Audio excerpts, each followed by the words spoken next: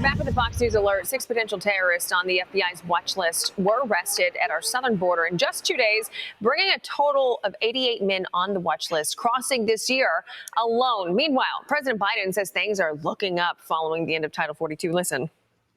Looking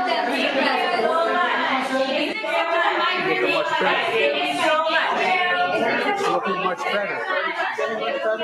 Yeah, you see it.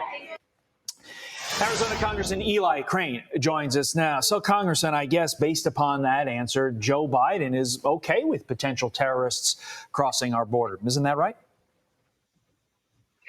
Well, that seems to be the case with this administration. It's kind of sad to say. I never thought I'd see it, but it seems like everything they say is pretty much a lie or gaslighting the American people. And I think the American people know that the truth is the exact opposite from what he's saying. You know, so what are we just going to have to wait and hope and pray to God the people who did get through that they didn't catch, hope and pray to God they don't do anything? I mean, how are they going to, mitigate this? Well, unfortunately, I think that there's some truth to what you just said. I mean, elections have consequences, and Secretary Mayorkas has shown no desire whatsoever to actually do his job. It almost seems as if this administration, this Department of Homeland Security, is hell-bent on admitting and facilitating as many illegals into this country as possible, and the American people are suffering for it. And the fact that Joe Biden would sit there and say, things are looking great and smiling, almost taking a victory lap, just shows on the one hand his unseriousness, but two, to your point, this has to be purposeful. They want this to happen. Meantime, James Clapper, the former director of national intelligence, is going to sit in a closed-door meeting, some of your colleagues today, to discuss his role in the push to discredit the Hunter laptop story.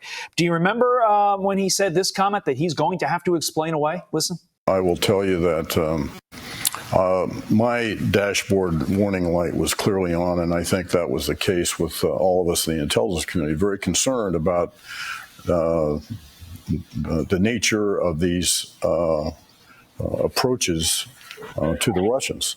So, Congressman, how can James Clapper justify those comments there, his attempt to discredit the laptop story, with all we know now about its truth and veracity? He really can't. And I really hope that he gets his feet get held to the fire today, because the American people, they're tired of it. They're tired of seeing this two-tiered justice system where, they have to live their lives a certain way, and elected officials or officials like James Clapper, can get away with lying to the American people along with a bunch of other, intel guys to swing an election. And it's appalling what we're seeing in this country. And, I think it's why we need President Trump back, because we got a lot of work to do.